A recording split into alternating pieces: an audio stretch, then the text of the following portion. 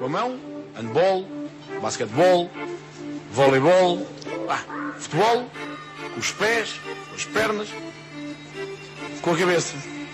Vamos, Deco vai fazer o golo, atira, golo! Isto é o Sport do Benfica, não é o Paulo de Salónica. Riquelme, solo por él en este gol. Señoras y señores, Riquelme a los 20. Só sou na PlayStation. A PlayStation não conseguiu resolver isto.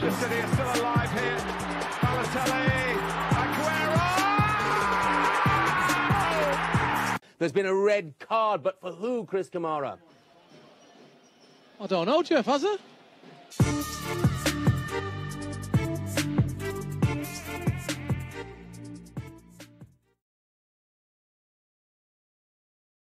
Pois é, bem-vindos a mais um episódio do Segundo Posto, episódio 41, numa semana em que habemos Papa, mas não habemos campeão, para já, em Portugal, pelo menos.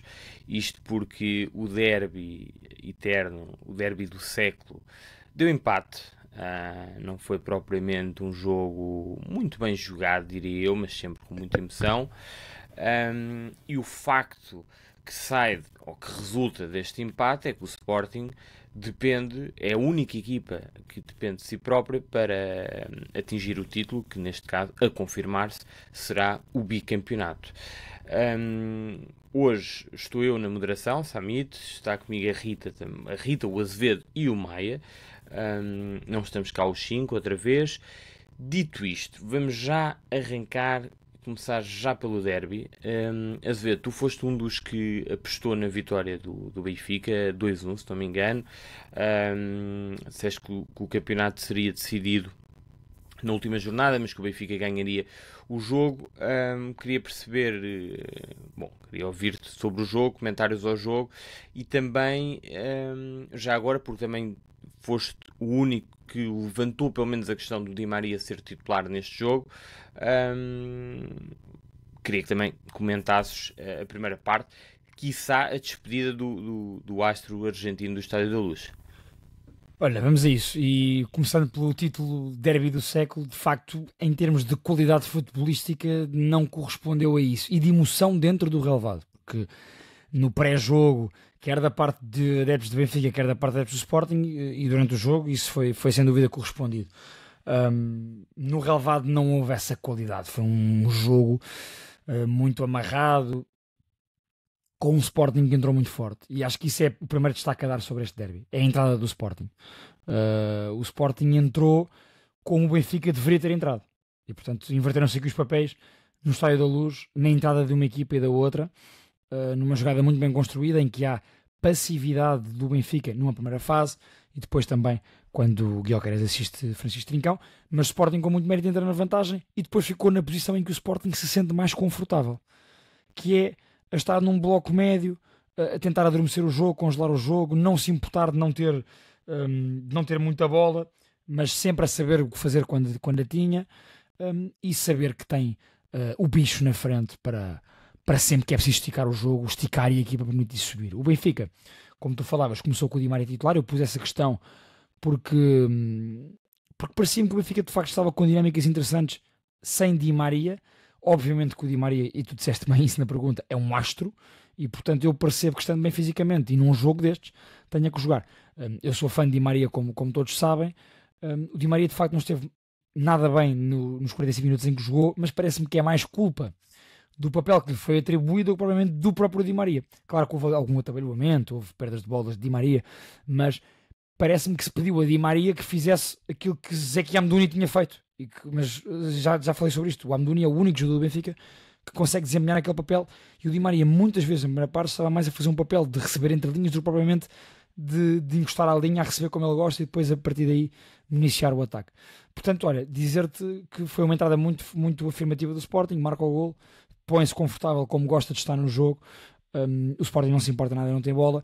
Foi um Benfica que demorou a entrar no jogo, teve mais bola, que teve mais remates, menos remates à baliza apesar de tudo, e que a grande estranheza para mim na segunda parte é que quando o Benfica empata o jogo numa jogada fantástica do Pavlidis, não se galvanizou para ir para cima do Sporting. O Benfica tem mais uma oportunidade de golo após isso, claríssima, que é a bola do Pavlidis oposto naquela arrancada do Belotti, o que para mim é manifestamente pouco para uma equipa que tinha mais do que tempo suficiente para depois de empatar o jogo e estar com aquela onda vermelha a empurrá-la para cima, não conseguisse arranjar formas de chegar mais vezes com perigo à baliza do Sporting. Isso foi a grande nota negativa e, portanto, o Benfica, por esta incapacidade no derby em criar perigo e por ter perdido pontos em jogos como nós aqui fomos falando ao longo da época, Aroca em casa, Casa Pia fora, AVS fora, é um Benfica que deve apenas a si mesmo estar em segundo lugar.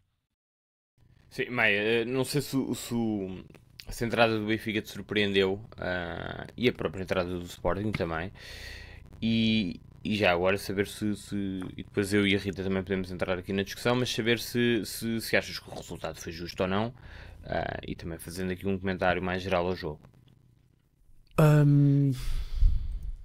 Boa pergunta. Não, acho que se o resultado é mais justo ou não. Sim, acho que nenhuma das equipas quis muito ganhar, por várias razões. Melhor, ambas queriam ganhar, como é óbvio. Diria que nenhuma delas fez muito por isso. E acho que o Sporting, discutimos isso a semana passada, qual é que seria o plano do Rui Borges, como é que o Rui Borges ia atacar este jogo. Na verdade, sai-lhe sorte grande e com mérito, não é? O golo permite, como o Azevedo disse bem, permite que o Sporting jogue como mais gosta, que é com muita estabilidade defensiva, muita organização defensiva e a lançar as suas setas e os seus melhores jogadores com o Gyökeres à cabeça. Se o resultado é justo, eu diria que sim. Acho que o Benfica, como o Azevedo disse bem, também não consigo entender como é que na segunda parte, após o golo, não foi só a equipa. A equipa não pareceu galvanizada, mas o ambiente do estádio também, curiosamente, esmorece um bocadinho.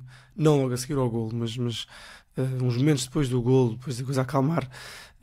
Há até um lance logo imediatamente a seguir em que o Gyökeres volta a ganhar a bola nas costas e o estádio parece que se amedronta novamente. Nem foi novamente porque o estádio não teve muito amedrontado mesmo quando o Sporting marcou, mas curiosamente depois do Benfica empatar, de quebrar essa barreira com uma jogada absolutamente fantástica do Pavlidis, o próprio estádio à mínima arrancada do Gyökeres, a coisa pareceu muito desequilibrada.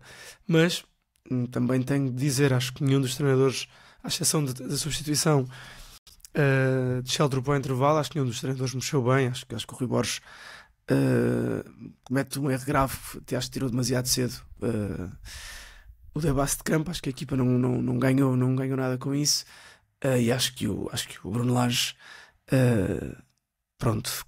comete um erro feroz, grave, que são as alterações depois do Sheldrup. Acho que nenhuma delas bate certo, e estou até hoje para perceber porque é que o Pavlidis sai aos 91 minutos. Eu sei que estava de rastro, sei que estava cansado, mas quer dizer, ou estava num estado como estava o Carreras, que estava a precisar de apoio há 10 minutos, ou não consigo entender.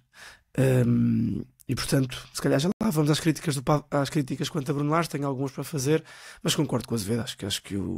Acho que este resultado é um bocadinho o reflexo da época, e portanto o Benfica tinha de fazer mais para ganhar o jogo, e tal como tinha de fazer mais para estar em primeiro no campeonato. Portanto, já lá vamos às outras questões.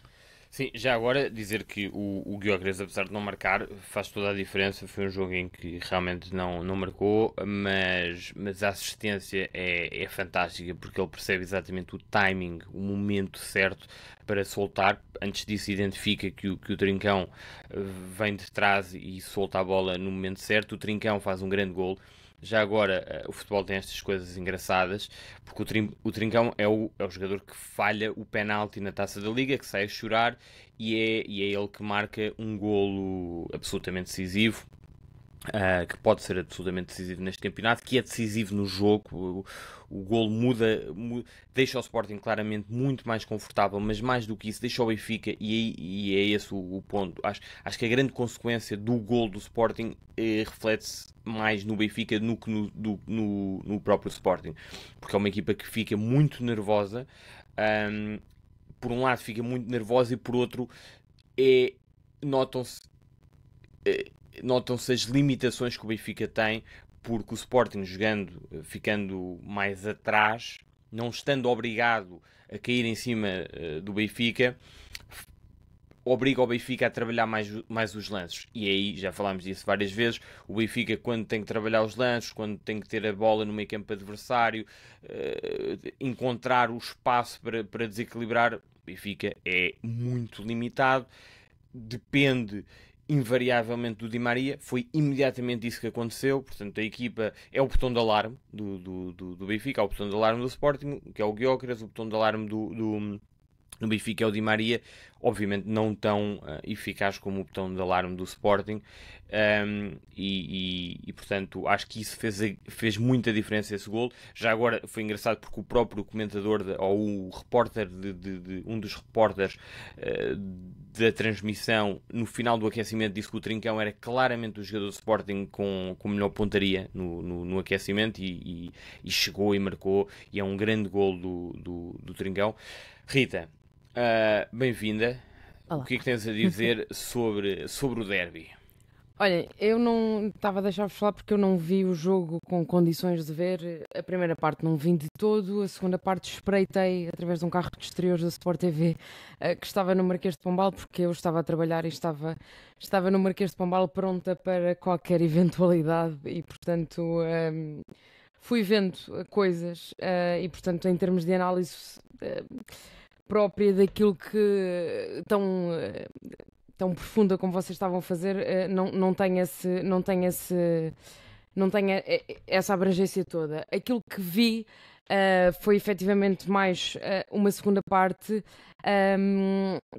O que vos posso dizer é que, em relação ao jogo, eu não esperava que o Benfica entrasse da forma como entrou. Aliás, eu deixei escrito no comentário da semana passada, porque eu acreditava mesmo que o Benfica ia entrar muito forte no jogo, não só pelo ambiente de casa, não só por aquilo que nós já esperávamos em termos de galvanização dos adeptos e tudo mais, mas porque essa foi a imagem que o Benfica nos tem deixado nos jogos grandes. Mas vendo o gol do Sporting, vendo o gol do Trincão, aquilo foi muito... foram muito anjinha, a defesa do Benfica foi muito anjinha, não é? A forma como vão 3 jogadores em direção ao Gyökeres é muito amador. E portanto o Benfica meteu-se muito a jeito para essa situação. Em relação a tudo o que eu vi depois na segunda parte, porque eu da primeira parte não vi mais nada do que o jogo, acho que o Benfica faz aquilo que teria que fazer, que era ter mais bola e tentar de alguma forma ir para cima do Sporting, mas encontrou um Sporting com elementos de defesa que fazem uma exibição excelente, nomeadamente o Gonçalo Inácio, o próprio Eduardo Quaresma, fazem os 2 jogos muito competentes, e o Benfica O próprio Diomande, que não teve aquele descontrole emocional que se estava à espera e que toda a gente achava que eventualmente iria acontecer, e portanto não esperava, ou seja, eu esperava que depois do 1 o Benfica conseguisse chegar ao 2-1, mesmo a ver o jogo, porque o jogo estava... o Benfica, apesar de tudo, o Sporting na segunda parte tem um remate, que é aquele remate do Gyökeres, que nem é muito perigoso e que o Turbin defende com relativa facilidade, e pelo desenrolar do jogo eu achava que o Benfica iria conseguir chegar para o 2-1. Mas concordo que é um resultado completamente justo por aquilo que foi feito pelas duas equipas. O Benfica tinha a obrigação de fazer bem melhor, jogar em casa e com as necessidades que tinha em relação a este jogo, sabendo que o empate é muito mais simpático para o Sporting. O Benfica tinha muito mais obrigações de fazer melhor e, portanto, o resultado é completamente justo, e também acho que é completamente justo o facto do Sporting sair por cima deste derby e sair deste derby a depender só de si próprio, porque o Benfica nos últimos jogos, se quisermos recuar, empatou em casa com o Aroca numa altura em que não podia empatar, e portanto o Benfica nos momentos chaves não está a conseguir corresponder e não está a conseguir ganhar vantagem, e ontem voltou a fazer isso no derby. Para mim, em termos de trabalho, foi ótimo, porque eu não me apetecia nada ficar até às 4 da manhã no Marquês de Pombal a fazer diretos com o pessoal bêbado, mas para o espetáculo ficámos todos a perder, porque foi um derby muito mais fraquinho do que aquilo que estava toda a gente Mas à já espera. não vais fazer na próxima... Estou aqui a falar, mas só odiei a minha... Ou seja, já adiaste. Mas para a semana vai ser mais cedo, quer que seja para um clube, seja para o outro. Pois, isso Depende, porque o Benfica, se dá-se a pois, eventualidade se do for o Benfica ser Benfica- campeão em Ok. Braga, estás 5 Demora. horas à espera que o Sim, Benfica chegue a é Lisboa, verdade. mas eu não acredito nisso, portanto. Sim. Por acaso, depois. Já agora- Adiaste uma semana, sim. Maia. Eu só queria, já agora, também disse que o resultado era justo, mas ao mesmo tempo queria lançar para a discussão e também para os comentários do YouTube. Quer dizer, nós podemos dizer que o resultado é completamente justo quando o Sporting faz um remate à baliza na primeira parte e um remate na segunda. Também não sei se isso é razoável. Quer dizer, o Sporting montou bem um plano, certo? Mas em termos de jogo jogado, o Sporting também não fez muito do ponto de vista ofensivo, não é? Sim, mas portanto, o Sporting está a ganhar aos 3 minutos, portanto isto também é uma... certo, mas quando falamos de um Sporting- resultado justo, da justiça de um resultado, normalmente falamos de caudal ofensivo. O Benfica teve pouco, é verdade, mas ao mesmo tempo também não sei se teve. É pouco relevante essa justiça, eu sei, mas já agora, já que Sim, levantámos sim, o tema, eu sei. acho que o que fez a diferença foi precisamente aquilo que eu disse no início, no episódio anterior. O Sporting jogou com 2 resultados e, portanto, a partir do momento em que se coloca em vantagem, tem essa... Sim, o Sporting já ia jogar com 2 resultados. Ao fim de 3 minutos, joga ainda mais Exato. com 2 resultados, não é? E tu e a Rita disseram, desculpa, só dar aqui um toque para não me esquecer. Tu e a Rita, o Mai e a Rita falaram do Gyökeres em 2 pontos interessantes. Mesmo não marcando, nem falando do lance do golo, ele... Quer dizer, falando também no lance do golo, o Maia falou daquela recepção depois de um igual, em que o ambiente do estádio está muito favorável para o Benfica. O Gyökeres, numa recepção, parece que congela ali um ambiente criado por 65 mil pessoas. O efeito Gyökeres é uma coisa realmente inacreditável. E a Rita fala do lance do golo. É verdade que os centrais do Benfica e o Tomás Araújo são atraídos, são 3 jogadores que vão ao Gyökeres, mas sendo o Gyökeres é quase uma inevitabilidade. Isto é, os jogadores são arrastados. Se fosse outro jogador, Não os ia, 3 sim. não iriam, não é? Se fosse o Pote ou se fosse o Trincão, com toda a qualidade que ambos têm, seria sempre um lance diferente. Até porque isso ia destapar o Gyökeres, que é o mais importante, não está destapado, não é? Exatamente, Sim, claro, depois ali claro. podes falar que se calhar o Carreiras não compensou o movimento e não acompanhou o Trincão, não é? Portanto, se calhar não foram os 3 que tiveram mal a ir. Para mim, o problema aí é o Otamendi, nesse lance. Ele fica a meio caminho, não é? Apesar de tudo, fica ali o no Carreiras meio, vai ter o Catama à direita, o Catama aparece no final à direita. Eu consigo compreender que o Carreiras não tenha fechado dentro. Esteja ali mais intermédio, sim. Agora o Otamendi está no No Man's Land, como de costume. Mas reforçar que de facto é um grande passo do Gyökeres Um e grande uma remate. grande finalização do E um grande Trincão. passo do Pote, não é? Também. Começa a jogada, acho que é o Pote. É o trio que aparece na É jogada o trio. inteira. Eu Mas ia só vê, dizer sobre a questão da justiça do marcador. Eu acabo por achar que é justo do ponto de vista estratégico e por demérito do Benfica. Ou seja, uma equipa que tem que só joga com um resultado e a outra joga com 2, a que joga com 2 está mais confortável. Mas como o Guarda dizia aqui a semana passada, isso poderia também ser prejudicial, perigoso para o Sporting, que se o Benfica soubesse ser contundente o suficiente e mandão no jogo, e o Benfica nunca soube ser. O Benfica nunca soube ser mandão no jogo. Volto a dizer, a partir do momento em que o Benfica empata o jogo, o melhor jogador do Sporting, daí até ao apito final, tinha que ser o Rui Silva. E o Rui Silva nem sequer foi testado. E portanto, os Sportingistas tinham que acabar o jogo. Neste caso, Rui Borges, na conferência de imprensa, tinha que acabar o jogo a bater palmas e fazer uma vénia a Rui Silva depois do gol do Benfica, do Aktürkoğlu. E não foi isso que aconteceu. Portanto, parece-me que a justiça do resultado, neste caso, se o Benfica tivesse sido um grande caudal ofensivo numa grande exibição do Rui Silva, poderia dizer que o 2-1 ou o 3-1 teria sido ajustado para o Benfica. Como não foi o caso e o Benfica nunca conseguiu ser de facto perigoso, parece-me que não. Deixa-me dar 2 destaques positivos no Sporting, que é, sem dúvida, ao comandante Yulman, que é ele é a cola de toda a equipa do Sporting, é impressionante, em termos de liderança, liderança espiritual, mas também de liderança por aquilo que joga. E em qualquer contexto. E em qualquer contexto. Em qualquer estádio, em qualquer contexto, parece que está sempre no mundo dele. É um líder nato e o jogo corre da maneira como ele quer que o jogo corra. É impressionante. E o segundo mérito, a Rita falava do possível descontrole emocional do Diomande. Eu acho sempre que o Eduardo Quaresma está a um mindinho entre fazer uma exibição fantástica e uma exibição terrível. Mas acho isto há anos. E por isso é que nunca embandeirei na onda de grande positividade e de grande elogio ao Eduardo Quaresma, porque reconheço-lhe grandes capacidades físicas e técnicas, ao mesmo tempo que lhe reconheço algumas debilidades mentais naquilo que é o jogo, não no resto, obviamente. E ele neste jogo esteve muito sóbrio no jogo, esteve impecável. E portanto parece-me que o Eduardo é o jogador do Sporting com mais cortes no jogo, inclusive parece-me que o Eduardo Quaresma teve muita cabecinha e acho que foi um jogo importante para esse salto no crescimento de um jogador que nós só o vemos a chorar à beirranha e a fazer grandes cortes e grandes arrancadas, mas depois também faz grandes borradas, e desta vez não foi o caso. Queria dar essa nota positiva ao Quaresma, sem dúvida. E já que estás a falar de notas positivas do Sporting, fazer aqui também não é meia culpa, mas não estava à espera de uma exibição deste nível do Zé Basso no Estádio da Luz.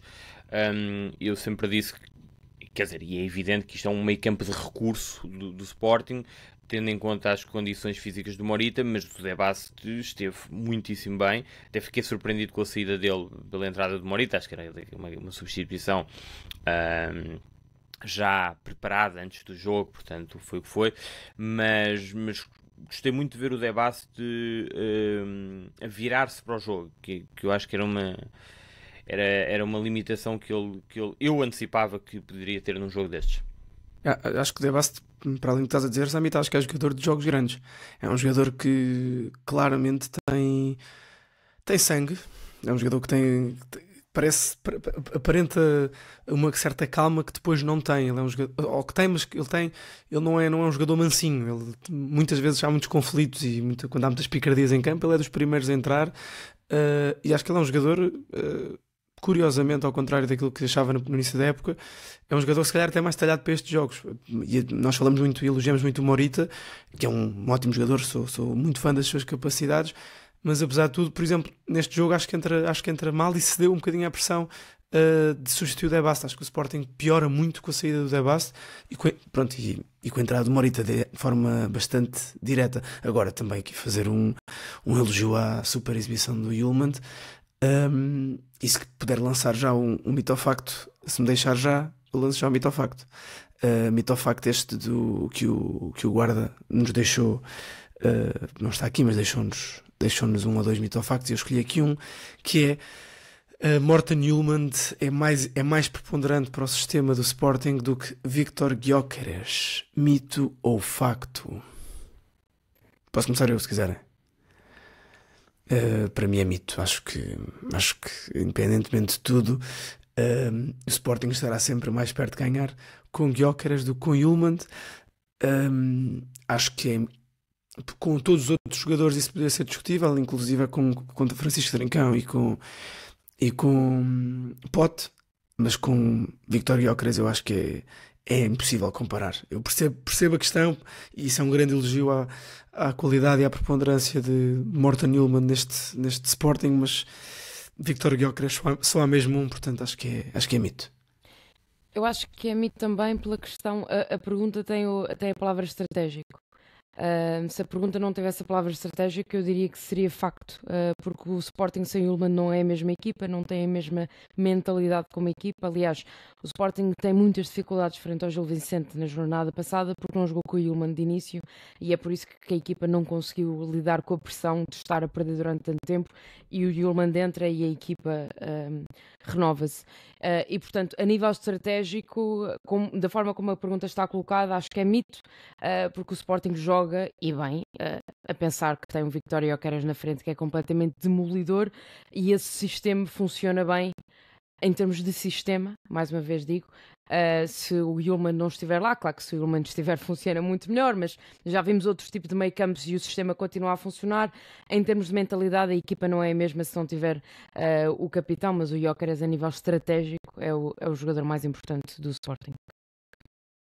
Olhem, eu vou mito também, porque eu acho que o Sporting, o Gyökeres é o game changer do Sporting, e portanto sem o Gyökeres o Sporting não estaria, na minha opinião, sequer perto de lutar pelo título nacional. Com o Gyökeres o Sporting muito provavelmente será o campeão nacional, e ele é a diferença disso. Eu há pouco falei do Hjulmand como a cola da equipa pela questão da liderança e por tudo o que joga em qualquer contexto, sem dúvida, mas com o Gyökeres mal o Sporting não ganha jogos e não ganha títulos.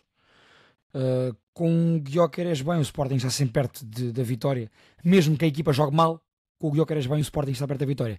E o Hjulmand é um elemento importantíssimo para o coletivo, mas ele de facto não decide jogos, e portanto aqui tem que ir pela posição do Gyökeres, ponta de lança, e pela capacidade decisiva que ele tem, que é surreal no Sporting.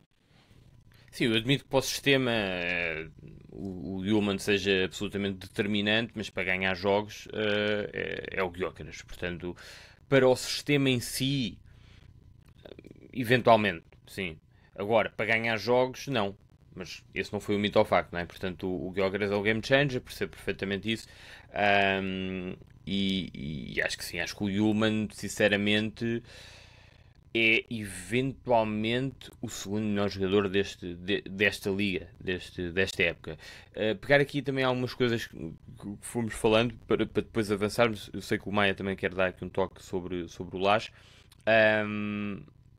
Até porque estamos a falar sobre o Rui Borges. A questão, claro, a questão já que estamos a falar do fator estratégico, dizer também que o Sporting, não se falou muito nisto, mas a colocação do Pote foi claramente, isto é, o posicionamento do Pote sem bola foi estratégico para tentar anular ou limitar a participação do Di Maria. Portanto, eu vi um Pote muito mais recuado do que costuma estar sem bola, e isto também mostra que o Rui Borges e o Sporting estavam preparados, o que não era muito difícil, sinceramente. Não quero tirar esse mérito ao Sporting, até porque há sempre esta ideia de que o Rui Borges nada faz, não é? Portanto, está lá e a equipa joga ali em piloto automático e a coisa funciona, e ele só tem que se encostar e esperar que o Gyökeres e os outros resolvam. Mas a verdade é que vi esse pormenor e achei interessante. Em relação ao Benfica, isto é, porque o Sporting antecipa que o Di Maria vai ser titular e que a bola vai passar muito por ali. E depois do golo, então, era inevitável, porque o Benfica entra nesta tontice de meter a bola no Di Maria, aconteça o que acontecer. E já agora o Di Maria, pela experiência que tem, é um jogador fenomenal. Podia demonstrar outra experiência neste tipo de jogos. Não estou a falar na definição, porque ele na definição realmente aparece nos jogos grandes, mas não contra o Sporting, na verdade, mas contra o Porto, por exemplo. Mas tem essa dificuldade mentalmente, torna o jogo ainda mais nervoso e a equipa mais nervosa. E portanto, eram só estas as duas notas que queria dar. Maia, podes falar sobre... Não, se calhar antes de virarmos para o Benfica, a Rita fala aí do Rui Borges. Acho que eu. Posso falar? Em relação, só dar uma nota sobre o Di Maria, não sei se o Maia vai dizer isto a seguir sobre o Lages. Não sei se o Di Maria sai ao intervalo por estar com algum toque lesionado ou não. Se não estiver, acho que o Lages tem coragem de corrigir o erro a tempo. Acho que nem todos os treinadores tirariam Di Maria ao intervalo, sabendo ainda por cima que seria o último jogo na teoria do Di Maria no Estádio da Luz. Tenho pena que o último jogo de Di Maria no Estádio da Luz tenha sido nestas condições e a deixar a imagem que deixa, mas isso também não apaga tudo aquilo que ele já fez para trás. Em relação ao Rui Borges, tem a ver com as várias declarações que tenho ouvido de Rui Borges, seja em antevisões, seja em pós-jogos, completamente dramáticas em termos comunicacionais. Nós temos falado aqui muito da comunicação de Rui Borges, mas o que eu ouvi ontem em relação à equipa do Vitória, acho que é de um profundo desrespeito que eu sinceramente não esperava, especialmente em relação a alguém que treinou aqueles jogadores há pouquíssimos meses. E para quem não está a par, Rui Borges ontem deu a entender que os jogadores do Vitória teriam levado amarelos para não jogarem hoje domingo, frente ao Farense, para depois estarem livres para jogar em frente ao Sporting. Atenção, não deu a entender, ele quis dar a entender e meteu os pés para nós. Ele diz o Vitória, pronto. E depois licenças e logo diz há jogadores aí. Dando a entender e querendo dizer que na cabeça de Rui Borges o campeonato do Vitória é o Sporting, e eu acho isto completamente desrespeitoso para um treinador, ainda por cima que foi treinador daquela casa e que provavelmente sabe melhor do que ninguém os objetivos que aquela casa tem, a forma como aquele clube vive o futebol, como aqueles adeptos vivem o futebol e como dentro do Vitória só existe a maior parte das vezes Vitória. E portanto deixou-me muito chocada. E é algo que nem faz sentido. Pois não, porque o Vitória ainda por cima o jogo era importantíssimo frente ao Farense. Nem sequer tem lógica. Essa questão não tem lógica. Já o Sporting agora... joga em casa com o Farense. Se o Sporting não, desculpa. Se o Vitória joga em casa com o Farense e pode resolver a questão, Exatamente. que raio é que o Vitória haveria E já agora perguntar ao Rui Borges o que é que se passou hoje com o Tomás Zandel, que hoje levou o quinto amarelo. O Rui Borges permite-nos a legitimidade de pensar que foi ele que falou com o Tomás Zandel para hoje ver um cartão amarelo para não jogar contra o Sporting. É isso. E eu não estou... Eu odeio estas coisas, mas o discurso de Rui Borges abre aqui uma porta que é gravíssima. E o que me deixa mais indignada é que é a segunda semana consecutiva que o Rui Borges faz isto. Fez isto com o Gil Vicente. Rita, eu acho sinceramente, neste caso então, eu acho que a coisa é tão surreal, porque realmente nem faz sentido. Não cabe na cabeça de ninguém. Só na dele. Mas eu acho que nem... Eu acho que ele entra ali, ele acima de tudo não está preparado para a pressão, neste momento, do cargo que ocupa. E sai-se com estas coisas. No caso do Gil, eu acho mais grave o que ele disse em relação ao César Peixoto e ao Gil Vicente. Mais grave do que isto, só porque isto não faz mesmo sentido. Ou ele é burro. Pois não, mas a ingenuidade e a falta de capacidade de Rui Borges a nível comunicacional tem um limite, que é quando põe em causa o trabalho dos outros. Sim, sem dúvida. E a legitimidade e o respeito. A mim, este só me choca mais porque ele foi treinador do Vitória há 7 ou 6 meses. Mas o homem claramente... Quer dizer, acho que há 2 pontos aqui. O homem sai claramente magoado do Vitória, pela forma como depois é tratado pelos adeptos do Vitória, porque os adeptos do Vitória sentiram-se vingados, ou vingados não, sentiram-se lesados, e bem... e está claramente a sentir a acusar a pressão. Essa é a única coisa que eu dou de barato. Está claramente a acusar a pressão de estar num sítio onde eu acho que ele achava que não ia estar, sinceramente. Mas é um treinador que, precisamente por ter vindo de um caminho tão legítimo, que é a subir de divisões e de clubes, e a subir por clubes que passaram por muita coisa, ele devia ser o primeiro, já ali no Twitter e por aí, a dizer, pois, mas ele sabe bem os bastidores destes clubes. Está bem, mas eu acredito que saiba, mas também deveria ser o primeiro a legitimar o trabalho que estes clubes fazem e não pô-los em causa. O Rui Borges para mim está apresentado quando tem, e não estava, mas passou a estar aqui no Sporting, quando ele tem uma característica na comunicação, que é uma característica muito habitual em pessoas que estão muito inseguras, que é estar constantemente a dizer que não está inseguro com o que os outros dizem. Constantemente a dizer que não sofre com isso. E alguém que precisa estar constantemente a reforçar que não sofre com isso e não está atento e não lê e não sabe, é porque está. É porque está. E portanto, eu não percebo, mesmo até do ponto de vista, voltando à estratégia de comunicação, até para além disto que a Rita está a dizer, no sentido para a semana que vem, qual é a ideia relativamente aos jogadores do Vitória? É os jogadores do Vitória virem absolutamente galvanizados para o estádio de Alvalade. É que se for essa ideia... Que é para depois ele empatar e dizer, eu avisei que o campeonato deles era o Sporting. Por isso é que eu acho que ele nem faz parte da estratégia. Ele mete-se ali, ele fica ali numa situação... uma situação para a qual não está preparado. Sinceramente, acho que é muita pressão para a cabeça dele. Neste momento, se calhar depois do verão, ele vai trabalhar neste aspecto, não sei. Mas avancemos. Maia, Bruno Lage. Deixa-me só dizer sobre o Rui Borges, me desculpa. Sim, mas tem que ser rápido. É rápido. Isto é, para mim, o Rui Borges, concordo com vocês, não está preparado mentalmente, pelo menos para estar no lugar em que está. E depois de estar aqui, na minha opinião, a equipa do Sporting coletivamente não evoluiu com o Rui Borges. O Rui Borges teve a pecha, teve o azar de ter imensas lesões e também não tem culpa nisso. Tem um mérito, na minha opinião, de ter desenvolvido alguns jogadores individualmente, jogadores como o Quaresma, como o Zeno de Basto, como o Maxi Araújo, o próprio Fresneda. Para mim é um trabalho sem dúvida meritório do Rui Borges.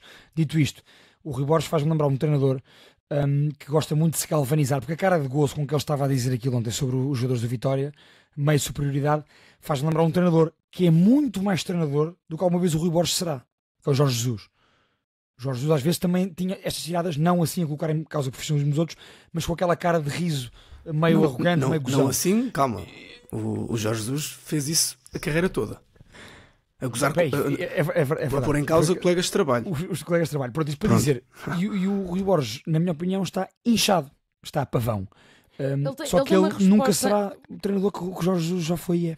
Ele tem uma resposta que fizeram a mesma pergunta e avançamos já. Em relação ao fizeram a mesma pergunta ao Lage e ao Rui Borges na pergunta no jogo de antevisão. A pergunta não é exatamente igual, mas a ideia era a mesma, que era de quem é que seria a glória vá de ganhar um campeonato, se dividiria isso com as outras equipas técnicas, neste caso o Laje com o Schmidt, e o Laje tem uma resposta que é digna, que é, espero que no Museu do Benfica, se ganhar os campeonatos, seja a fotografia do Schmidt e a de Bruno Lage, que é uma forma de tal como está arrumar com, a questão, não é? Com o Rui Vitória.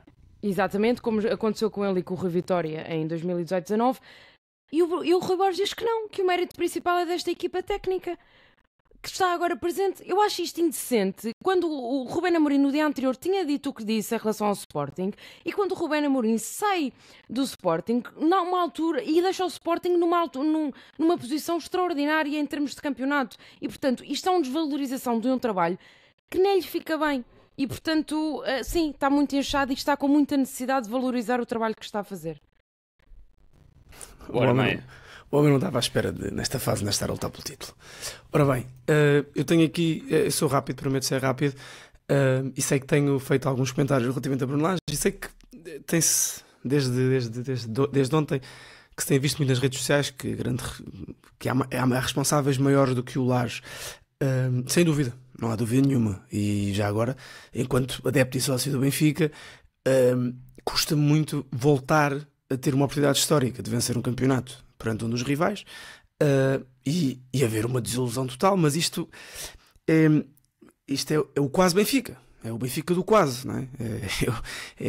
E estes jogadores ontem voltaram a ser o quase campeões, e junta-se ao quase treinador que têm e ao quase presidente que têm. Portanto, isto não muda muito aquilo que tem sido o Benfica nestes tempos finais da era Vieira e desta era Rui Costa, não é? O Benfica, do ponto de vista desportivo, não sou o primeiro a dizer nem serei o último. Nos últimos 6 anos, se isto correr como espero que agora corra, que é o Sporting ser campeão para a semana, com maior ou menor dificuldade, é um título de campeão em 6 anos para o maior investimento de sempre da história do futebol português, incomparavelmente superior aos dos outros rivais estes que nós conhecemos o que é o Sporting dos últimos 6 anos, ou melhor, o que é que passou a ser o Sporting dos últimos 6 anos, mas o que era o Sporting há 6 anos, e o que é o Porto neste momento.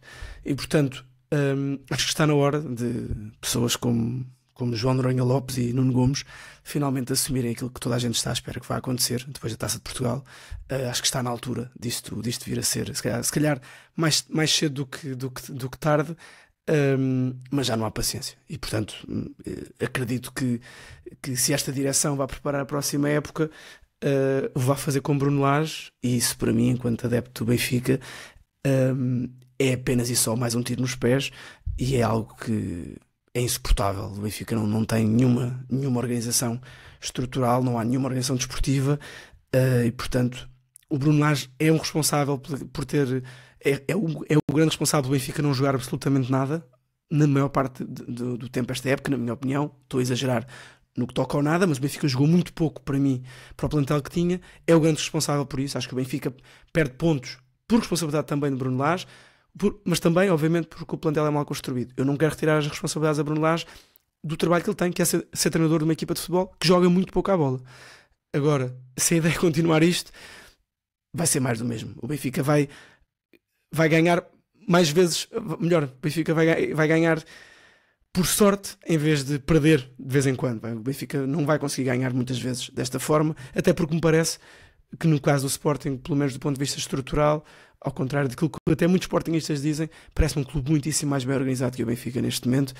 O Porto tem algumas dúvidas, mas neste momento o rival do Benfica é o Sporting, e o Sporting, ao nível da organização, parece uma equipa bastante à frente do Benfica, e portanto fica essa nota para mais uma época que para mim é um falhanço, mesmo com a vitória na Taça, que eu acho que pela ordem natural das coisas não acontecerá. É mais um falhanço do Benfica. Bom, vamos ver, quer dizer, na semana passada tu próprio disseste que o Benfica ia ganhar este jogo. Portanto, mas acho que não, fui ingênuo, acho que foi um rude, é um golpe muito, muito duro para o Benfica. Acho que o Benfica não tem dificuldade em sair daqui como clube, mas pronto, veremos. Mas acho que não é a vitória na Taça que vai mudar a forma como o Benfica vai para a próxima época. Acho que isso tem que ser uma coisa anterior.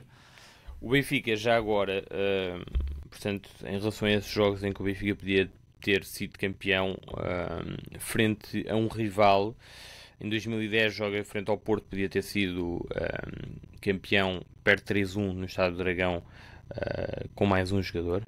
Em 2013 perde com o Porto no jogo do Kelvin. Em 2023 pode ir ao Alvalade ser campeão, empata 2-2. E este fim de semana poderia ter sido campeão frente ao Sporting no Estádio da Luz. Pela primeira vez nestes 4 jogos, este era a primeira vez que poderia ter sido campeão no Estádio da Luz e empatou. Mas sim, valorizar também, obviamente, o grande trabalho do Sporting, da própria estrutura do Sporting, porque este ano o Sporting está, como está, a lutar pelo título até ao final, porque nós dizemos, ouve-se dizer que o Sporting nem sabe bem como é que está, ou o Rui Borges não sabe bem como é que está a lutar pelo título, mas se calhar os outros clubes nem estariam a cheirar se não tivesse sido a saída do Ruben Amorim, e aí o Sporting não tem, obviamente, muita intervenção. Portanto, parece um clube como o Man United, o Ruben Amorim quis sair e foi isso que aconteceu. Tinha sido campeão na Páscoa ao Sporting, com o Ruben Amorim. Provavelmente, sim. Depois, obviamente, que há ali um erro de casting com o João Pereira, é certo, mas a forma como o Sporting mantém o Gyökeres, mantém o Hjulmand, mantém o próprio Ruben Amorim... vai buscar o Biel. Vai buscar o Biel, exatamente. Esse é o grande ponto negativo do Sporting. É o mercado de inverno, é o ponto negativo do Sporting. Certo, mas por exemplo, não cai, pelo que sabe, não cai no erro de ir atrás do Panathinaikos para ir buscar o Ioannidis por 50 milhões, que é uma coisa que o Benfica faria. Sim, e em relação ao mercado de inverno, aliás, compararmos um e outro, não? Porque há muita tendência a dizer assim, bom, o Benfica fez um bom mercado. Bom, o Benfica tem condições que nenhum outro clube tem e, por exemplo, dizer que o Bruma foi um bom reforço para o Benfica é sempre estranho, porque o Benfica é o clube que no início do ano despachou o David Neres para o Nápoles, que vai ser campeão italiano, muito provavelmente. E, portanto, isto é o Benfica, dá só o luxo de e é um reforço que não é utilizado há quase um mês de uma forma sim, claro, faça a diferença. Depois há uma questão pessoal entre ele e o Bruno Lage, claramente. Avançando, tivemos agora falamos rapidamente sobre a luta pelo terceiro lugar, que está praticamente resolvida. O Porto foi ganhar ao Bessa, o Braga perdeu frente ao Casa Pia. Comentários que queiram fazer sobre esta luta, sobre estes dois jogos e a luta pelo terceiro lugar. Tenho um comentário a fazer. Se calhar é melhor perguntar ao Rui Borges. O Benfica pagou o Casa Pia para ganhar ao Braga, para agora o Braga não precisar de pontuar na última jornada. Mas não, agora falando mais a sério, acho que no que toca ao Porto, acho que está mais ou menos decidido isto. Apesar de tudo, acho que isto foi... O Porto fez a sua parte. Acho que o jogo de hoje o Porto acho que ganharia assim ou assim, teve mais dificuldades do que era suposto. Há só que uma nota, se calhar não é bem o que o Sami te perguntou, é mais uma nota porque esta semana o Porto comprou o resto do passe do Neon Pérez, não estou enganado, não foi o que aconteceu? Sim, foi. Mas era algo que já estava estabelecido, ou seja, não foi uma decisão de agora. Pronto, então percebo que tenha sido obrigatório, porque o Neon Pérez todos os jogos vejo momentos de Neon Pérez que me levam a crer que não devia estar contratado pelo Porto. É um jogador que eu achava no início da época que ia ser o patrão da defesa do Porto. Eu acho que todos achávamos, não é? Na verdade. Impressionante. Hoje é mais uma expulsão. É um jogador muito estabilizador. Vamos ver se com a preparação da próxima época ou corrige comportamentos ou se fará parte deste grupo, porque é impressionante a instabilidade que o Porto tem quando ele está em campo, porque faz-me lembrar um jovem Otamendi. É uma coisa, é de uma impetuosidade e de uma falta de calma que me choca. Pronto, se calhar não era um comentário sobre o terceiro lugar, mas pronto, era um comentário que sim, eu posso fazer um comentário sobre a luta pelo terceiro lugar. Acho que é um mau menor para o Porto. Fiquei surpreendido com a derrota do Braga em Rio Maior, não só pelo momento que o Braga estava a atravessar, apesar do empate em casa frente ao Santa Clara, mas pelo próprio jogo. Acho que o Braga foi a melhor equipa e criou mais oportunidades que o Casa Pia. Isto no regresso do Roger, já agora, à titularidade. que já não acontecia desde fevereiro, se não me engano, e portanto fica aqui também esta nota, mas claramente que a grande estrela do Braga neste momento é o Zalazar, quando ele está, com todo o respeito pelo Ricardo Horta e pelo Moutinho, dois jogadores que eu elogiei bastante há poucas semanas, o Zalazar marcou mais um grande golo, e é a figura maior neste Sporting Braga depois do seu regresso.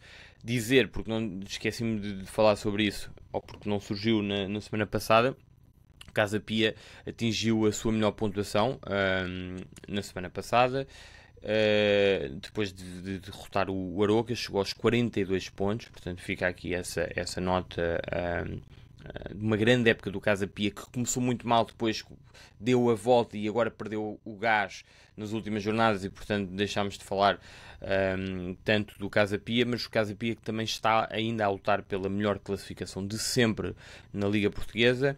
Neste momento está em sétimo, a lutar com o Famalicão e com o Estoril. Vai jogar frente ao Famalicão na última jornada. A melhor pontuação, a melhor classificação do Casa Pia foi o nono lugar. Portanto, o grande trabalho do João Pereira. Se quiserem ver o 2-1 do Casa Pia, também é um grande golo, uma grande triangulação entre o Golar, o Cassiano e o Livolan. Exatamente, que marca o golo da vitória.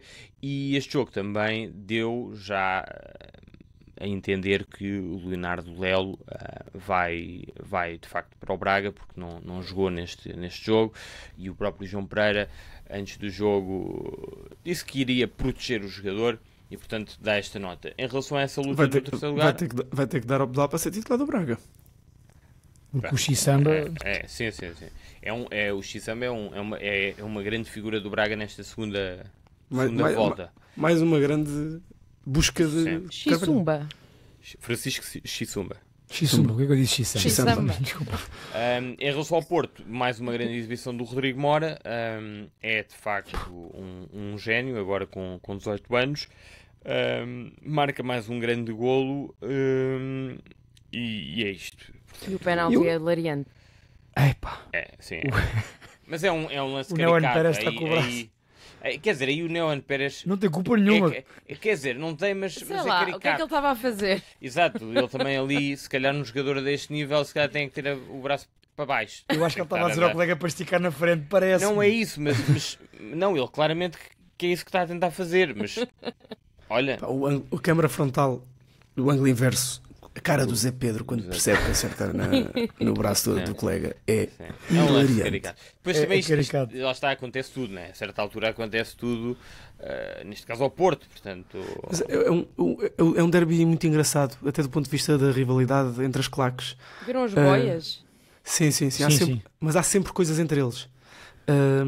E se eu não estou enganado, eu não me apercebi bem, até porque a realização da Sport TV não tem que estar atento a essas coisas, mas eu acho que os adeptos do Porto, os Super Dragões, andavam de vez em quando a mostrar um autocarro, como a pedir boleia, não é? Como depois é queimarem com algumas tochas.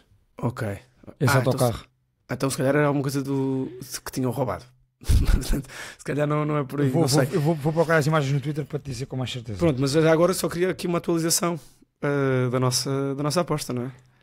Porque ninguém marcou golos, mas o Pavlidis tem mais minutos. Eu disse o meu critério, eu acho que os penaltis não contam, mas pronto. Tens razão, os penaltis não contam, tens razão. O Guilherme também tem menos golos, é verdade, é isso. Já me tinha esquecido. Não, é tipo... Agora, o Miguel Reizinho tem 0 golos este campeonato. Não, eu vou justificar. Os penaltis contam, mas não dizem nada sobre a qualidade do avançado. Então não dizem. Não, sabe marcar penaltis? O central pode marcar penaltis. Não, pois. Eu aí não concordo. E todo se o central marcar 25 gols de penalti e for o melhor marcador do campeonato, não deixa de ser o melhor marcador do campeonato. Como é óbvio. Bem, mas eu acho que temos aqui pelo critério dos minutos, da participação em golos. Não, isso não existe. Essa não concordo. Isso não existe. Tem que ser 2 minutos. Tem que ser 2 minutos. E o Pavlidis para a semana não joga. Eu acho que 2 minutos... Deixa-me dizer sobre o clássico. Sim, bora. Em relação ao Braga também sobre o derby da Invicta. É um jogo que eu gosto muito. Eu estou a puxar pelo Boa Vista a manter-se na Primeira Liga. Está difícil. Está muito difícil. Aliás, há bocado com a Rita, antes de entrarmos todos, eu já achava que o Boa Vista já não tinha hipótese, mas afinal ainda tem. E ainda bem. E o meu ponto é: o Porto, mesmo dominando o jogo, mais uma vez, não consegue ser muito superior ao adversário. Há muito boas defesas do Vaclik, mas também há um Diogo Costa decisivo do lado da baliza do Porto. Há guarda-redes de equipa grande, sem dúvida, como o Diogo Costa é, e que safou o Porto de sair daqui com o empate do Bessa. E, portanto, parece-me que mais uma vez os grandes destaques positivos do Porto não são tanto coletivos, são individuais, e são os dois que nós temos destacado aqui semana sim, semana não. O Rodrigo Moura, semana sim, semana sim. O Francisco Moura, semana sim, semana não. Portanto, parece-me que estes dois... E o Fábio Vieira, a espaços também. A espaços, também sim. faz a diferença. Sim. Eu olhava para o 11 do Porto e eu digo-te aqui, Diogo Costa, Francisco Moura e Rodrigo Moura são os únicos 3 jogadores que eu digo que na próxima época, mantendo-se no Porto, serão titulares de caras.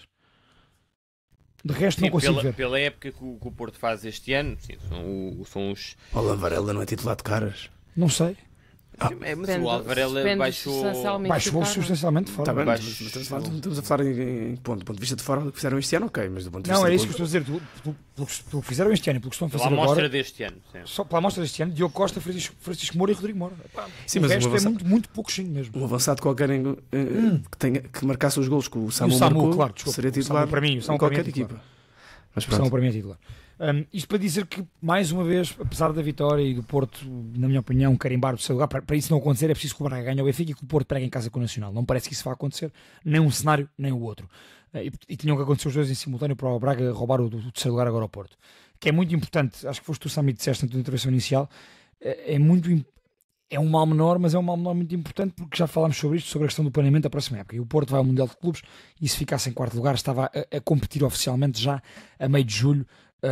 Ainda nem sabia se ainda andaria no Mundial de Clubes ou não, porque o quarto lugar vai à segunda pré-eliminatória da Liga Europa. Mas é um problema que o Benfica pode vir a ter, se ficar em segundo lugar. É um problema que o Benfica pode vir a ter, se for é a terceira pré-eliminatória da Champions. O Benfica vai entrar nos playoffs, ficar em segundo lugar, entra nos playoffs da Champions, não é? E, apesar de tudo, será meio de agosto isso. Mas pronto, eu percebo. Sim, mas além disso tudo há um peso, porque o Porto não fica abaixo do terceiro lugar há 50 anos. Desde que o mais de 50 Costa anos, nasceu e morreu. Precisamente. E portanto, queria dar essas notas, que é um Porto, mais uma vez, que coletivamente não é muito superior ao seu adversário. Um adversário frágil, como sabemos. E estes destaques individuais do Porto, que para mim são aqueles jogadores que estão garantidos na titularidade do Porto a próxima época. Porque o resto não tenho gostado nada de ver. Rita. O Braga, muito rapidamente, surpreendeu uma derrota, mas é o Braga a ser Braga, porque o Braga continua-nos a mostrar ano após ano que é um eterno e é um eterno quase. E, portanto, é uma equipa que continua sem mentalidade grande e que falha sempre nas alturas em que não pode falhar. E isto...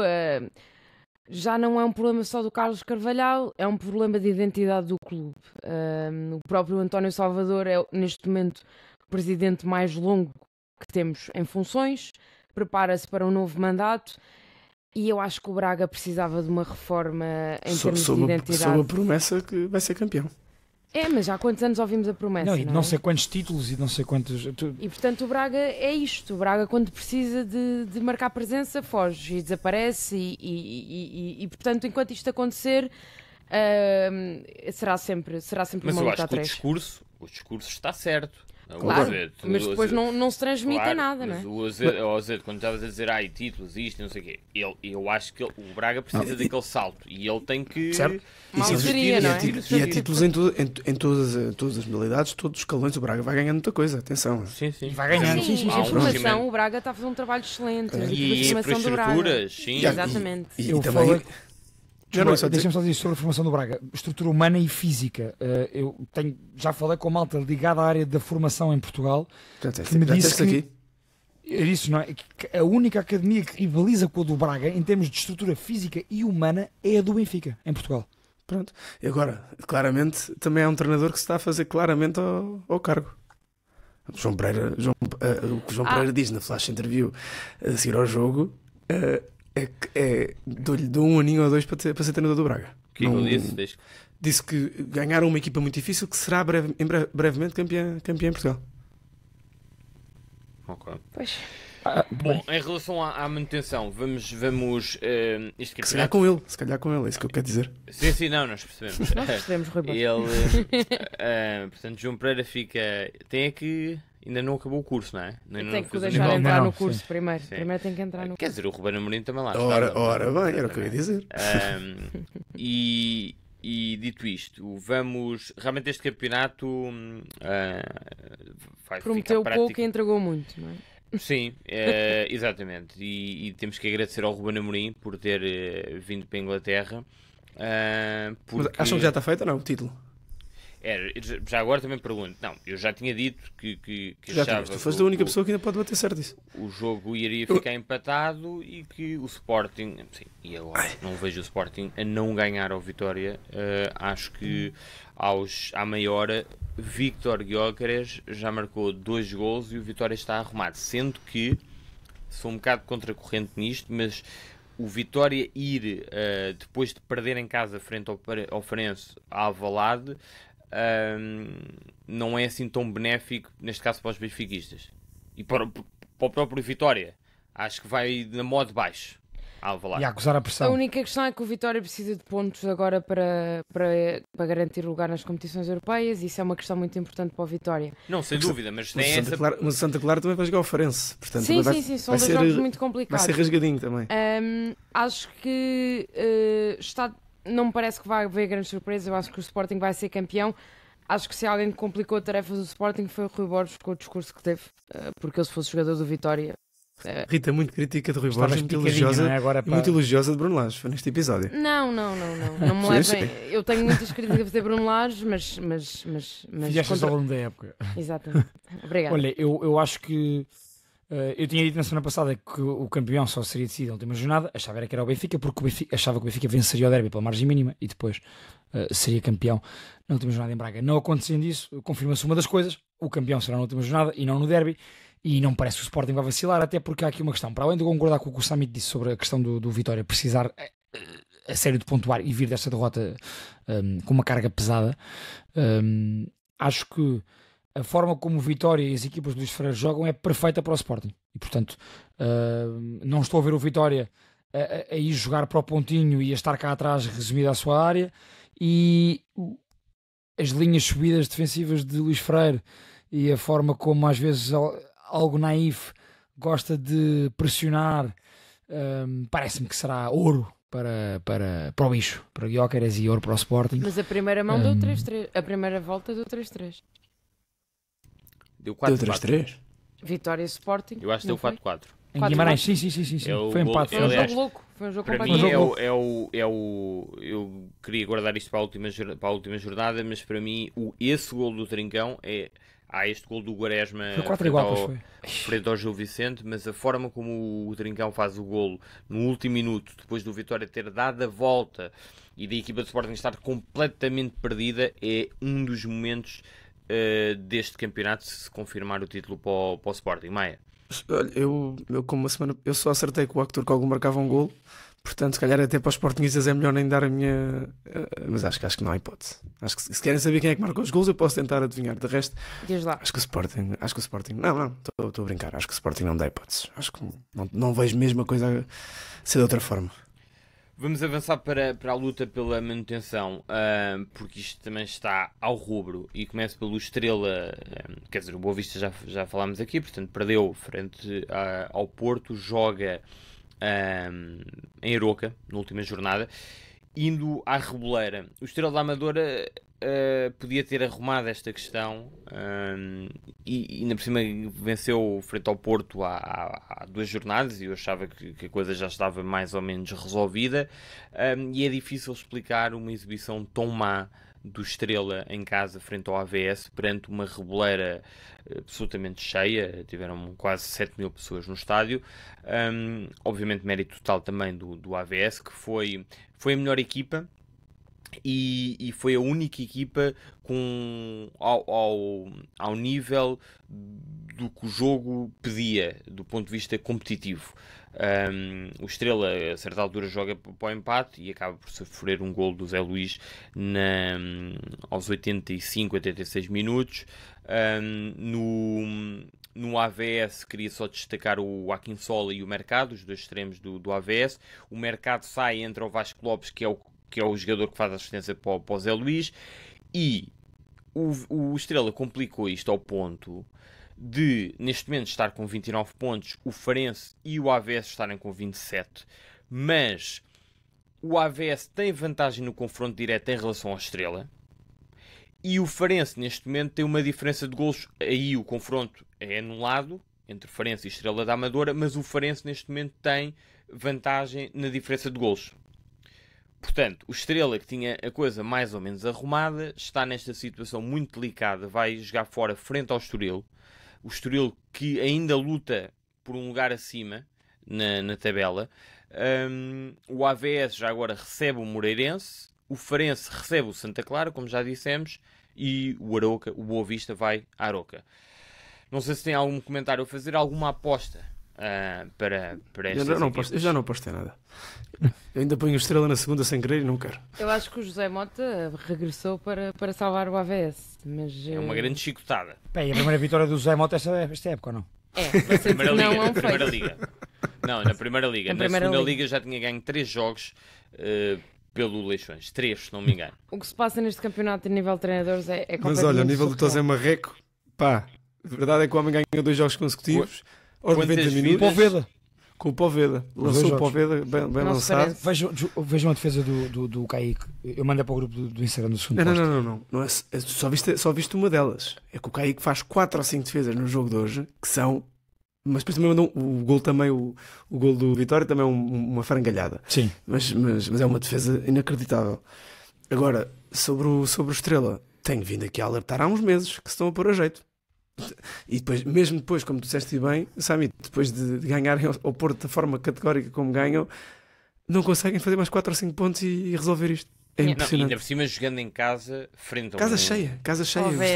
Frente a um candidato direto, é uma exibição francamente má. Coletivamente é uma equipa que tem sido a equipa mais frágil do campeonato, o AVS. Eu acho que o Farense vai acabar por complicar a vida porque vai jogar contra um Santa Clara que ainda tenta chegar à Europa e, portanto, é o único que vai ao jogo contra uma equipa que ainda tem coisas a jogar, não é? Falavas, obviamente, do Estoril, que podes subir um lugar ou 2 na tabela e tal, mas o Aroca e o Moreirense, as manutenções estão garantidas e, portanto, isso aí, a partir daí é um bocado indiferente. E portanto o Farense vai ter a tarefa mais complicada. Eu gostava muito que o Farense ficasse, mas acho que vai acabar por ser. Acho que o Farense vai acabar por complicar a vida por causa do adversário que tem. Olha, vou-lhes dizer tudo aquilo que. Vou voltar àquilo que eu disse há um mês e lhes dizer aquilo que eu me critiquei a mim próprio na semana passada. Portanto, eu há um mês disse que Boa Vista e AVS desciam e que Estrela iria para o playoff e que o Farense aqui ainda safava. Disse isto foi há um mês, foi há 4, 5 episódios. E na semana passada disse, afinal estou completamente errado. Há 2 semanas disse que estou completamente errado porque o Farense já está quase enterrado. E o Estrela da Amadora foi na vitória do Estrela Porto que eu disse isso. E afinal parece que não. E eu tenho um feeling que o Farense ganha ao Santa Clara, safa-se da descida e é o Estrela que vai ao playoff. Eu cheiro-me isto. Bem, se o Farense fica sem... Portanto, quem? O Boa Vista e o AFS? O Boa Vista e o AFS. Se o Farense fica, nem vai ao playoff, é espetacular. Pá, é aqui uma reviravolta. Com o gol do Poveda, mais uma vez. É uma grande reviravolta do Farense se confirmar isso. Pá, desculpem lá, porque eu estava aqui a ver aqui nas minhas notas e não me queria esquecer de falar outra vez de um jogador do Boa Vista, que é o Foning, o central do Boa Vista. Eu já tinha elogiado frente ao Sporting, faz mais uma grande exibição. Agora frente ao Porto, e é um jogador que veio da Liga 3. Portanto, é impressionante. Mas deixa-me só fazer aqui só uma nota sobre esse jogo final, porque isto tem sido um culminar de coisas da época interessante, que é, vamos ter um Samu Pavlidis na última jornada, e curiosamente o jogo que pode definir se o meu Santa Clara fica em quinto ou não é contra o Tosé Marreco. E contra o Tomané. E contra o Tomané. E contra o Soares de São Luís. Mas eu contra o Tomané menos, o Tosé Marreco ou o Vasco Seabra? Olha, boa pergunta. Quem é que te convence menos? É o Tosé Marreco, pá. Apesar de tudo, o Tosé Marreco. Acho que Seabra é mais educado. O Tosé Marreco tem uma postura como se já tivesse sido campeão de 4 ou 5 vezes da Primeira Liga e jogasse Champions todas as semanas. Galaró também, é Galaró. E uma coisa já agora, porque falámos do Vasco Seabra, só dar nota de que este campeonato também fica muito marcado pelos 2 empates do Aroca na segunda volta, na Luz em Alvalade. É uma coisa... que no final cortam-se, não é? Que no final cortam-se, exatamente. Sim. Mas é engraçado. Em termos de subidas, acho que também vale a pena estarem atentos àquilo que vai ser a luta pela subida para a segunda, para a primeira neste caso. Os jogos já foram marcados, vão ser uma bela sexta-feira às 8h30 da noite. O quê? Todos os jogos decisivos da subida para a primeira sábado liga. É a primeira divisão, domingo é eleições. Mas faziam sábado às 3. Faziam sábado de manhã ou sábado às 3. Ou sábado, exato, ou sábado às 11. Há aqui muitas questões de policiamento. Não esquecer que o Alverca ganhou hoje ao Tondela e... Grande vitória, fogo. É uma grande vitória do Alverca em Tondela. E portanto neste momento está Tondela em primeiro, Alverca em segundo, com 1 ponto de diferença, e depois o Vizela em terceiro também com 1 ponto de diferença para o segundo lugar. Portanto está tudo em aberto. O Torriense aparece em quarto com 54 pontos, portanto aqui já não chega ao dá, playoff. Mas vamos perceber dentro destes 3, todos podem subir e todos podem ir ao playoff. Portanto... Treinador do Tondela e treinador do Alverca, que sim ou sim vão estar na primeira divisão para o ano. Sim ou sim. Seja com as equipas ou seja com outras equipas. Ou noutras equipas, também acho que sim. E a recuperação do Vizela é absolutamente extraordinária. É uma coisa de filme mesmo, depois da troca de treinadores. Já agora, na segunda liga, as contas para a descida são relativamente mais fáceis. Portanto, o Mafra já desceu, e resta saber quem é que vai ao playoff, se é o Passos Ferreira ou o Oliveirense. Isto também ficará decidido na última jornada, porque o Passos Ferreira tem 30 pontos, o Oliveirense tem 29. Dito isto, destaques internacionais. Tem algum? Posso começar eu. Eu posso começar na Alemanha. O Hamburgo está de volta, finalmente, à Bundesliga. Foram 7 anos muito complicados do Hamburgo. Não sei se recordam do relógio que eles tinham no seu estádio, que assinalava o facto de serem do Hamburgo ser o único clube dos fundadores da Bundesliga a não descer de divisão, na altura, acabou por descer. Estamos a falar de um clube absolutamente histórico do futebol alemão, também numa cidade muito importante do próprio país, muito desenvolvida, e é um dos 3 únicos clubes que ganhou a Liga dos Campeões. Portanto fica aqui esta nota para o Hamburgo. Tenho mais alguns destaques internacionais, mas dou-vos a palavra. Maia, eras tu que querias?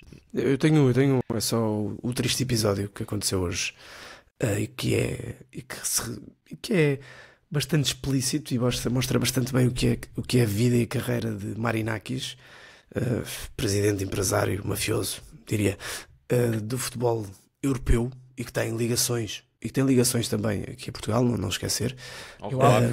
Exatamente. Um clube que também fez uma época maravilhosa, diga-se. E que tem hoje um episódio, um daqueles episódios que nós achávamos que em 2025 já não existiriam, ainda para mais com o visado no Espírito Santo, que tem feito uma época absolutamente extraordinária depois do ano passado, e de sabermos como é que o Nottingham se safou, e a 2 jornadas do fim do campeonato ainda está a lutar pelo top 4 e pela ida à Liga dos Campeões. Hoje decide ir a campo. Acho que toda a gente viu essas imagens. Só queria deixar essa nota e também uma sugestão a Nuno Espírito Santo, que mal possa se afaste de Marinakis, porque acabará sempre por correr mal. É daquelas pessoas que rapidamente do 8 a 80 ou do 80 para 8 é um tipo assim. Portanto, Nuno Espírito Santo, bom trabalho e arranca daí, por favor. Eu fiquei incrédulo. Estava a comentar o jogo e do nada, quando vejo o quando a imagem foca, a transmissão foca o Marinakis a ir ter com o Nuno, eu pensava que ia cumprimentá-lo, porque o Nottingham Forest, apesar deste empate, aliás, com este empate garantiu a Europa. Se perdesse, o Brentford ainda tinha hipótese de apanhar o Forest nas últimas 2 jornadas e ir o Brentford no mínimo à Conference League, e o Forest não. Com este empate, eu percebo a frustração. Não consigo perceber que qualquer presidente, qualquer dono, o que quer que seja, vá colocar um jogador ou um treinador em causa à frente de toda a gente num relevado, muito menos o treinador que safou o Nottingham Forest de uma descida quase condenada na época passada e que neste momento tem o Nottingham Forest com 62 pontos e levou-os às meias finais da FA Cup. Isto para mim é surreal, portanto concordo sem dúvida. Sendo que o Nottingham está a 3 pontos do City. Exato. E ainda joga com o Chelsea.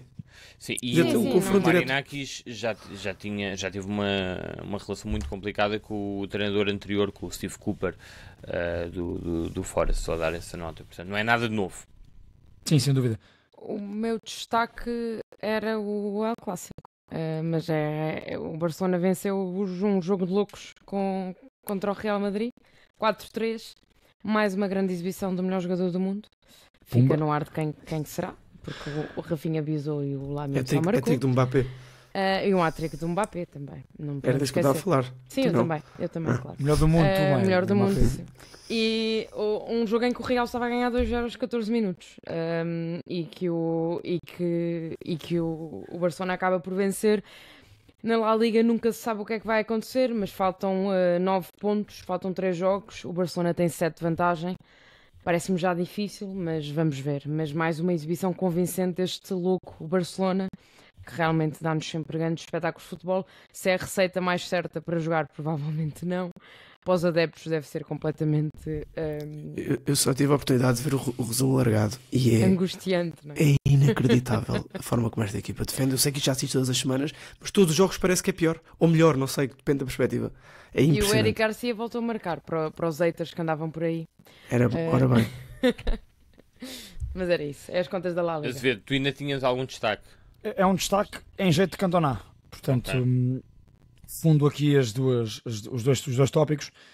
750 jogos, 248 golos, 274 assistências.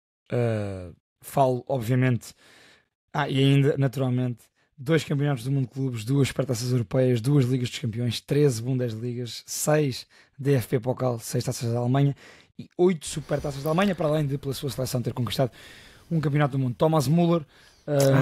Pensei que era o Palhinha. Não, Eu achei que era o Kane, mas depois ele Com aqueles começou a números.